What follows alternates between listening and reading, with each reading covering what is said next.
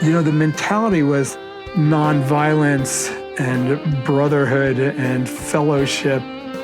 This film is an exploration of what the Deadhead community really was and how they changed the life of a frightened and lost teenage girl.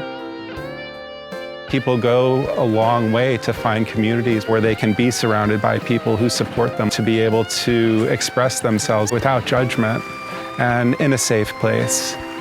It's rare.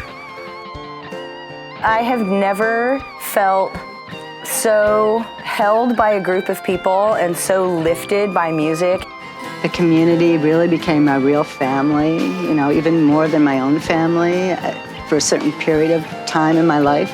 Seeing the Grateful Dead was a life-altering experience. It's heaven on earth, and if I could bottle it, this would be it. That's why you go back, because you want to get that feeling again.